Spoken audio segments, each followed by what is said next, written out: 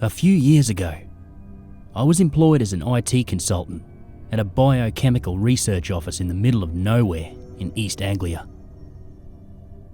It usually took about an hour and a half to get from where I live out to the office, but the pay was decent, so I was quite happy with the long commute.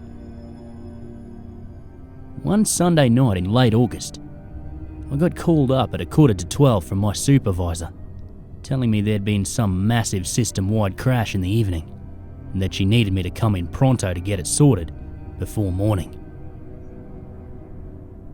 I knew I'd get good compensation, so I downed 2 cups of coffee, hopped in my car and headed off for the office. The drive was mainly along a motorway, although at that hour it was almost all populated by lorries. However, a good stretch took me through a track of rural countryside, which was crisscrossed by narrow roads bordered by large hedgerows and small woods. I'll admit that it was a bit creepy driving through the desolated pastures and forests at midnight on an isolated expanse of road. Thanks to the trafficless conditions, I arrived in a little under an hour, and I spent the rest of the night debugging, fueled by copious amounts of coffee and Red Bull. I was done by about 4:30, by which time I was all too happy to be heading home and get some shut-eye. I stepped into my car and waved goodbye to the security man who, apart from my supervisor, was the only other occupant of the building at the time. I was setting off just as the sky was turning that deep early morning blue, and the air was beginning to be filled with birdsong. I passed out of the office park, where the building was located, and had crossed over into the dense bocage of the country. I did my best trying to stay alert, and kept my eye on the winding road, which was even emptier than it had been when I drove up. But after about 20 minutes, my car sputtered to a stop. I yawned and checked the tank. It was still half full. I glanced back at the clock. It read 5 minutes to 5. I quietly swore to myself. This was about the worst place to break down, and my tech expertise doesn't really cover car engines. I switched on my old flip phone and I was surprised and damn thankful that I had any service. I called AAA and gave them my location, telling the operator that I'd broken down. They said someone would be out as soon as possible, probably within an hour. I was extremely tired, but decided to keep myself awake by getting out into the fresh morning air. It was getting lighter, and the surrounding landscape was bathed in the morning blue. But I estimated it would still be an hour before the sun came up. I lit a cigarette and stood smoking against my car for a few minutes, surveying the topography of the land. My part of the road was sandwiched between a small copse and a field bordered by tall hedges that rose into a slight hill, topped with a large tree. The road ahead was on an incline, so I couldn't see much beyond where it crested at the top. Through the trees of the copse, I could make out the shape of what appeared to be an old Elms cottage, although I think it must have been abandoned. It hadn't been more than a minute after I'd put out my cigarette when I saw a dim yellow light, which I assumed was from a low battery flashlight, approaching from the road ahead and led by 3 dark figures. I stood upright and squinted into the darkness, thinking that they were perhaps masochist joggers or farm labourers heading off to work. However, as the silhouettes got closer and became clearer, I saw that they weren't holding flashlights at all, but rather old-fashioned lanterns with wicks burning away in small glass boxes.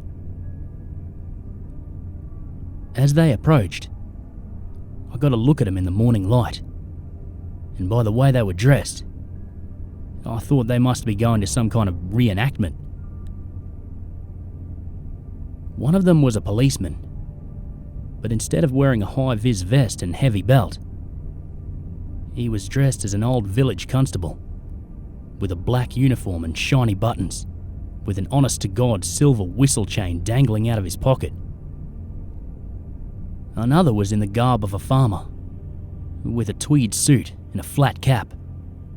Seemed to be holding something heavy. As he got closer, I realised that it was a double-barreled shotgun, which made me more than a little nervous. I couldn't get a good look at the last one until they came right up to me, as he was all in black. But as soon as I glimpsed his collar, I realised that he must have been a Vicar. As they approached me, I could see by their eyes that they were all terrified. The constable spoke first. "Pardon, sir, but have you seen a lass in white come down this way?" He spoke in broad Norfolk and seemed overly formal in his address. "No, sorry, is something wrong?" At that, they turned to each other. "Reverend?" said the man in tweed. The Vicar seemed deep in contemplation. "If she hasn't come down the road, then she'll be miles away by now," said the constable. "Nonsense. She couldn't possibly get out over the fens before dawn," declared the man in tweed, looking towards the Vicar, although he said nothing in response. "We'd need a bloody aeroplane to catch her now, George. There's no chance she hasn't gotten away." This solemn declaration was followed by a moment of awkward silence. "Not unless she went into the wood," the Reverend said eventually. "Well, that's it then. Come on," said the farmer, motioning towards the cops. "I won't go in there, George, and that gun of yours won't do naught to save us. I reckon you know it too, Reverend." "If she gets away, then it's on our hands," said the Vicar quietly. "Let's just pray we find her before daybreak." The constable nodded gravely, and the trio turned towards the small group of trees. "Can I be of any help?" I finally asked, although, to be honest, I was afraid of saying anything. It didn't matter though, as the Vicar slowly turned and looked towards me, as if he had heard a very soft noise. It was as if they could no longer see me at all. I was at once glad and terrified. With that, the three of them trudged off, and I watched as the ghostly procession crossed over the low, dry stone wall bordering the copse, and, with the Vicar leading them, they disappeared into the trees. I stood still against my car, trying to figure out what the hell had just happened. But after a few minutes, I came to the conclusion that, in my sleep-deprived state, I must have begun to hallucinate. Although I reasoned that nothing like that had ever happened to me before. My eyes kept drooping, so I lit another cigarette and decided to walk up the adjacent field, which was bordered by a bridleway that led up the knoll. I crossed over a narrow footbridge and followed up the side of the field until I reached the large oak tree that stood on the hilltop. I surveyed the landscape hidden by the ridge, which was all broad fen country, crisscrossed with hedgerows, sunken streams and canals. From my view on the slight promontory, I couldn't make out a single hamlet, farmstead or grain silo for miles. There was a remarkable absence of any sign of human habitation, and I was suddenly struck with how bizarre it was that the three men must have been trekking for miles in the dark, with only the dim light of their lanterns. By then I was sure that they must have been real, for I could very clearly picture their worried and haggard faces in my mind. Something odd I noticed was that the trees that bordered the side of the road, which I thought had made up a small copse, seemed to stretch out a good ways further and consisted of a considerable tract of dense woodland, now lit up by the red sky of the early dawn. I couldn't quite reconcile this in my mind, as I distinctly remembered stopping on the side of the road and glancing at the old Elms cottage through the thin tree line. Now, the trees enveloped the land, and the cottage was nowhere to be seen. Just then, I heard a very distant but discernible crack, which I immediately realised must have been a gunshot. I put out the cigarette just as the tip of the sun crested the horizon and took one last glance westward before heading down, when I spotted something coming toward me from the other side of the hill. There was a distant white figure bounding up the bridleway at quite a pace. I can't quite describe the sensation, but I suddenly felt oppressively tired. My vision blurred, and I was struck by a sharp headache, similar to the feeling you get when you stand up too quickly. This was accompanied by a feeling of unrelenting and biting dread. As my head cleared, I watched the white shape draw near. It almost appeared to be limping and running at once. I believed at the time that the strange figure was a woman, for long black hair fluttered against the wind. I vainly shouted to see if she was all right, but I was met with no reply. The unknown woman in white only continued bounding up the bridleway, seemingly faster than before. I was now increasingly worried and looked around for any sign of the three strangers I'd met not 5 minutes ago, or, indeed, anyone in the surrounding countryside. As it was, I was alone, with this stranger charging towards me in her unsettling hobble. I decided I would feel safer in my car, and turned to walk back down the hill when what was, without a doubt, the most sickening noise I've ever heard sounded from behind me. I can't say it was a scream, for I swear I couldn't have been within the range of any human voice. It was more akin to a kettle coming to a boil. But this benign analogy was far from my mind when the wail resounded over the fields. It brimmed with an unrelenting rage and red-hot fury. Although behind this it was clear the noise was wholly rooted in an impressibly dejected and desolate suffering.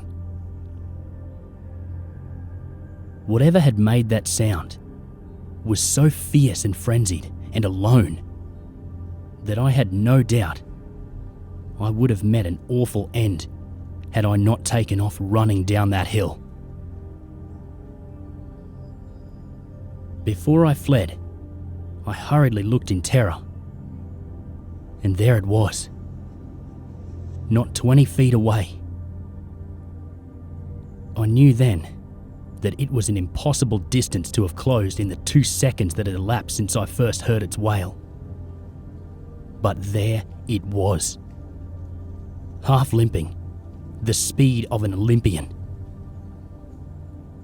I ran like I've never ran before, and as I raced down the bridleway, I heard that noise a second time, and once more before I reached the hedgerow that bordered the road. By then I could hear it moving on the ground, its uneven steps heaving it forward at an unnaturally fast pace. I leapt over the footbridge and ran out into the road, nearly out of breath. And now, with the awful realization that I couldn't outrun my pursuer. Just as I reached my car, I heard the hum of a distant engine, and I hurriedly looked up the road, where a dark shape was crossing the distant horizon. As I shaded my eyes from the sun, I caught a glimpse of the flashing yellow emergency lights of a AAA repair vehicle descending the road ahead. I span around, expecting to be confronted by the dreadful, limping white figure. But the road was empty. I was alone.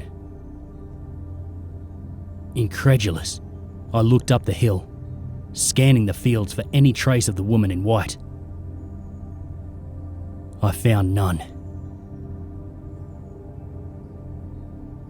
10 minutes later, I was sitting in the passenger seat of the tow truck, listening to the AAA repairman going on and on about the advantages of an early morning shift. Somehow, the banality of my situation seemed utterly ridiculous. The adrenaline was still coursing through me, and needless to say, I didn't sleep until the following evening. Just as we departed that stretch of road, we both heard a barely audible gunshot. The repairman remarked that it must be rabbit hunters, but I remained silent. As the truck crested the ridgeline, I glanced back towards the hill. I caught sight of a piece of white fabric stuck in the oak tree, and watched as it wrestled itself free with the breeze and fluttered off towards the sunrise.